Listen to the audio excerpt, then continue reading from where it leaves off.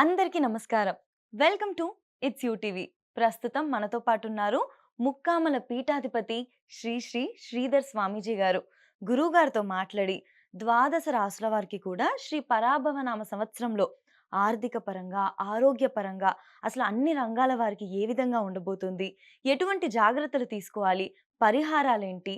ఏ దేవత ఆరాధన చేస్తే బాగుంటుంది? ఇవన్నీ కూడా గురువుగారితో మాట్లాడి తెలుసుకుందాం. నమస్కారం గురుగారు. శ్రీమాత్రే నమః. గురుగారు, ఉగాది రాగానే ప్రతి ఒక్కరికి కూడా పంచాంగం తెలుసుకోవాలని అసలు ఎంతగానో ఉంటుంది. అవునమ్మా. మరి మేషరాశి వారికి శ్రీ పరాభవనామ సంవత్సరంలో ఏ విధంగా ఉండబోతుంది? అవునమ్మా. మేషరాశి వారికి ప్రధానంగా ఏలినాటి శని ప్రభావం అనేది ఇబ్బంది పెడుతోంది. ఈ మేషరాశి వాళ్ళకి తీసుకున్నట్లయితే గనక ఆదాయం తీసుకుంటే 11, వ్యయం తీసుకుంటే 5గా కనపడుతోంది. అదేవిధంగా రాజపూజ్యం 2, అవమానం 4 ఈ విధంగా ఉంది. ఇక గోచార దోషాలు బట్టి తీసుకున్నట్లయితే ఈ సంవత్సరం మేషరాశి వాళ్ళకి ఇబ్బందికరంగానే ఉంటుంది. హ్మ్. ఎందుకంటే ఏలినాటి శని ప్రభావం చేత ఇంటా బయట అపకీర్తి, నిందల పాలు కావడం, రావాల్సిన దగ్గర డబ్బు రాకపోవడం, ఇవ్వాల్సిన దగ్గర ఒత్తిళ్ళు, అకాల భోజనం, అకాల నిద్ర, అకారణ విరోధాలు, అనవసర ధన వ్యయ సమస్యలు ప్రధానంగా ఎదుర్కోవాల్సిన పరిస్థితి ఉంటుంది.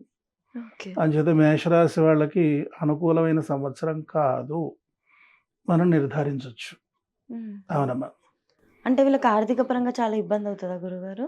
ఆర్థిక పరంగా కూడా ఇబ్బంది ఉంటుందమ్మా. అటు వ్యాపారస్తులకు కావచ్చు, హ్మ్. ఇండస్ట్రియలిస్టులకు కావచ్చు, హ్మ్.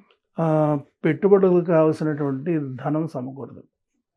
ఓకే. తర్వాత అదేవిధంగా కష్టపడినంతగా లాభాలు తెచ్చుకోలేకపోతారు. హుహు.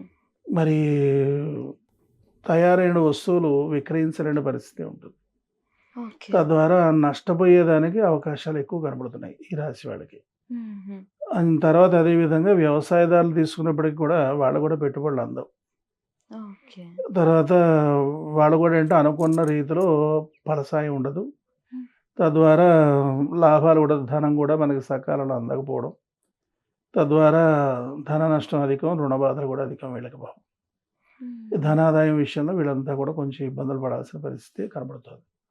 ఓకే. అవునమ్మా. అంటే ఆర్థిక పరంగా ఇబ్బందులైతే ఇబ్బందులైతే ఖచ్చితంగా ఉంటాయి. ఖచ్చితంగా ఉన్నాయి. బావుందని మాత్రం మేషరాశి వాళ్ళు ముందుకు వెళ్ళకూడదు. కొత్త హ్మ్. ప్రయత్నాలనేటివి చేయకూడదు. ఓకే గురుగారు. అవునమ్మా. గురుగారు, విద్యార్థులకు కానివ్వండి, లేదంటే ఉద్యోగాలు చేసే వాళ్ళకి అవునమ్మా. గురుగారు? విద్యార్థులు కూడా బహుజాగ్రత్తగా వ్యవహరించాలి. హ్మ్. చాలా కష్టపడాల్సిన పరిస్థితి. ఒకటికి 4 సార్లు చదువుకొని, కష్టపడి జ్ఞప్తిలో ఉంచుకొని ముందుకు వెళ్ళాల్సిన పరిస్థితి ఉంటుంది. అంచేత విద్యార్థులు కూడా మరి ఆ మరుపు అనేది వచ్చేస్తుంది. శని ఎప్పుడైతే ఉంటాడో హ్మ్. దోషభూయిష్టంగా ఆ శని ఏంటంటే మందగమనుడు. హ్మ్.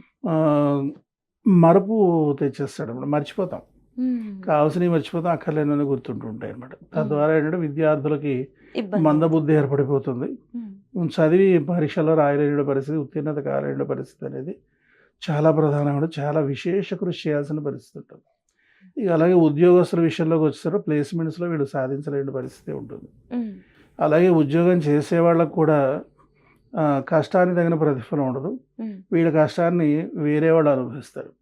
హ్మ్. అట్లాంటి దుస్థితి అనేటువంటిది ఉంటుంది. ప్రమోషన్స్ వచ్చేదానికి కూడా చాలా కష్టం.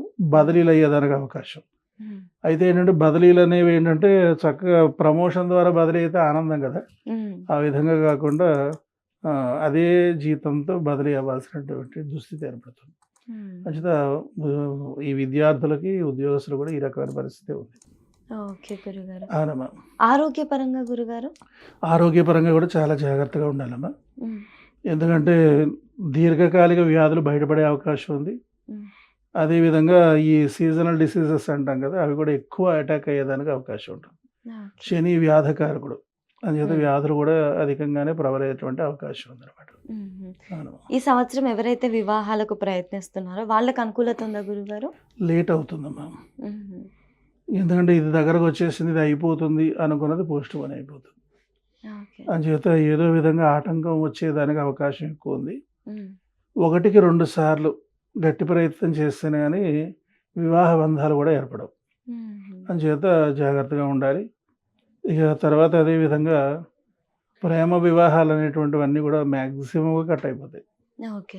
ఇప్పుడు ఈ సంవత్సరం అంతా కూడా దృష్టిలో పెట్టుకోవాల్సింది ఏంటంటే ఏదో అనుభవం లేక మేమే తెలివైన వాళ్ళం, మేమే గొప్పవాళ్ళం అనుకుంటూ ఆకర్షణలోని హ్మ్. ఈ ప్రేమలంటూ తిరుగుతున్న పిల్లలు జ్ఞానం కలుగజేసుకుంటారు. హ్మ్. ఇది మాయలో పడుతున్నాం మనము, హ్మ్. మోసపోతున్నాము. హ్మ్. మన భవిష్యత్తును అగమ్యగోచరం చేసుకుంటున్నామని చెప్పి తెలుసుకొని హ్మ్. అవి కట్ చేసేసుకుంటారు. ఓకే. అంచేత మాయలో పడేటువంటి అవకాశం బాగా తక్కువ ఉంటుంది. హ్మ్. ప్రేమ పెళ్ళిళ్ళు ఏం జరగవు. ఓకే. అంచేత పిల్లలు సేఫ్. హ్మ్. అవునమ్మా. సెల్ఫ్ రియలైజేషన్ అయ్యి ఏది రైట్, ఏది రాంగ్ అని ఖచ్చితంగా నిర్ణయించుకోగలుగుతారు. నిర్ణయించగలుగుతారు. హ్మ్. అది చాలా గొప్ప విషయం ఈ సంవత్సరంలో. హ్మ్. అంచేత ఆడపిల్లలు రక్షింపబడతారు తల్లి. గురుగారు రాజకీయ రంగాల్లో, సినీ రంగాల్లో కళాకారులకు గూడా ఏ విధంగా ఉండబోతుంది? రాజకీయ రంగంలో బాగోదమ్మా. హ్మ్. ఎందుకంటే వీళ్ళకి జనాదరణ ఉండదు. హ్మ్. ఏం చేసినా సరే వ్యతిరేకమైనటువంటి ఫలితాలు వస్తుంటాయి. హ్మ్. ఇక వీళ్ళు కూడా పదవులు కూడా వచ్చేదానికి అవకాశం ఉండదు. హ్మ్. ఆ!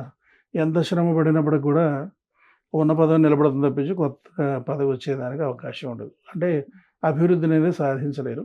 ఓకే. ఇక సినీ రంగం గాని, టీవీ కళాకారులు కావచ్చు, లేకపోతే సినీ కళాకారులు కావచ్చు, ఇక వీళ్ళకి గూడా అంత గొప్పగా ఉండదు. హ్మ్. కష్టానికి తగిన ప్రతిఫలం ఉండదనమాట. హ్మ్. అంచేత వీళ్ళు కూడా ఎక్కువ శ్రమ పడాల్సొస్తుంది. హ్మ్. కొంచెం ఇబ్బందులనేది ఆర్థికపరమైన ఇబ్బందులనేటువంటివి హ్మ్. పడాల్సొస్తుంది. వీళ్ళకి మొహంలో గ్లో తగ్గుతుంది.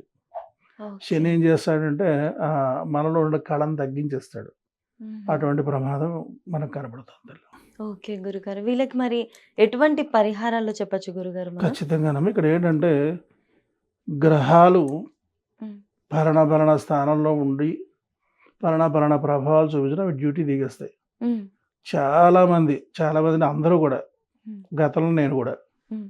భ్రమపడి గ్రహాల వల్ల గ్రహదోషాలు ఏర్పడుతున్నాయి కనుక హ్మ్. గ్రహాలకు అభిషేకాలు, హ్మ్. అర్చనలు, జపాలు, తర్పణాలు, దానాలు, హోమాలు చేసేస్తే తగ్గిపోతాయని చెప్పి భ్రమలో పడి అవి చేస్తూ సమయాన్ని అలాగే డబ్బును కూడా వృధా చేయడం జరిగింది.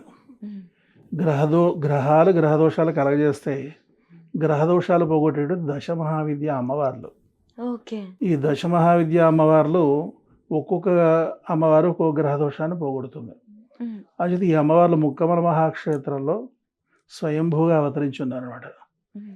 అలాగే కాలసర్ప దోషం ఈ సంవత్సరం 2 సార్లు రాబోతోంది ప్రతి ఒక్కరికి కూడా. ఈ కాలసర్ప దోషాన్ని పోగొట్టేటువంటిది మానసది. ఈ తల్లి కూడా ముక్కామల్లో తపస్సు చేసింది. హ్మ్. అంచేత వీళ్ళు ఏం చేయాలంటే శని దోష పరిహారానికి కాళీ అమ్మవారి యొక్క ఆరాధన, జపం. గురుదోష నివారణకి తారా మంత్రము, జపం. తారా ఆరాధన, జపం. హ్మ్. రాహుదోష నివారణకి ధూమావతి ఆరాధన, జపం. హ్మ్. కేతుగ్రహ దోష నివారణకి చిన్నమస్తాదేవి ఆరాధన, జపం. హ్మ్. ఇక ఈ విధంగా చేసుకోవడం ద్వారా వీళ్ళు ఉపశమనాన్ని పొందడానికి అవకాశం ఉంటుంది. రోజు ఈ అమ్మవార్లకు సంబంధించి అష్టోత్తరం చదువుకోవడం గానీ, లఘు మంత్రాలు మనకి గతంలో నేను చాలా హ్మ్. ఛానల్స్ ద్వారా అందించడం జరిగింది. లేదంటే కూడా నెట్‌లో కూడా దొరుకుతాయి అవి. ఆ ఓకే. మంత్రాలు జపం చేసుకోవడం ద్వారా చక్కటి ఉపశమనం పొందుతారు. హ్మ్. ఒక రూపాయి కూడా ఖర్చు పెట్టుకోవాల్సిన పనేం లేదు. హ్మ్. పూజ, జపం చేయడం ద్వారా మంచి ఉపశమనం అనేది జరుగుతుంది. వీళ్ళు ప్రధానంగా ఈ మేషరాశి వాళ్ళు దక్షిణకాళి, చిన్నమస్త, ధూమావతి, తర్వాత అదేవిధంగా తార, మానస ఈ 5 మంత్రాలు జపం చేసుకుంటే బావుంటుంది. హుహు. చక్కగా హాయిగా ఎక్కడికి వెళ్ళాల్సిన అవసరం లేదు. ఖర్చు అవునమ్మా. పెట్టాల్సిన అవసరం లేదు. అవునమ్మా. ప్రతి ఒక్కరు కూడా ఏమంటారు చేయగలిగిందేంటి ఇంట్లో చక్కగా పూజ చేసుకొని జపం అవునమ్మా. చేసుకోవడం. అంతే తల్లి. చాలా బాగా చెప్పారు అమ్మ. గురుగారు. వీళ్ళకి కలిసొచ్చే రంగు అంటూ ఏమైనా ఉంటదా గురుగారు? ఇక ఈ సమయంలో కలిసి రాదుగా అమ్మా. హ్మ్. అంటే ఇదేసుకుంటే బావుండు అంత ముఖ్యమైన పనులకు అంత వెళ్ళినప్పుడు. అవసరం లేదు తల్లి. ఎందుకంటే నక్షత్రాన్ని బట్టి ఉంటుంది. అది పెద్ద సబ్జెక్ట్ అది. హుహు. అది వేరే మనం వెళదాం. వ్యక్తిగత జాతకాల బట్టి చెప్పడం వ్యక్తిగత అనేది జాతకాన్ని అవుతుంది. బట్టి అదృష్ట సంఖ్య, తర్వాత కలరు, హుహు. ధరించాల్సిన రత్నం ఇవన్నీ కూడా వస్తాయి. హ్మ్. ఇది మొత్తం రాశిరీత్యా మనం మాట్లాడకూడదు. హుహు. ఏంటంటే పెట్టుకొని మరలా ఇబ్బందులు పడాల్సిన పరిస్థితి ఉంటుందనమాట. ఓకే. ఓకే. అంచేత పర్సనల్‌గా మనం తెలుసుకొని చేసుకోవడమే మంచిది. ఖచ్చితంగా ఆ గురుగారు. తల్లి. ధన్యవాదాలు. శ్రీమాత్రే నమః.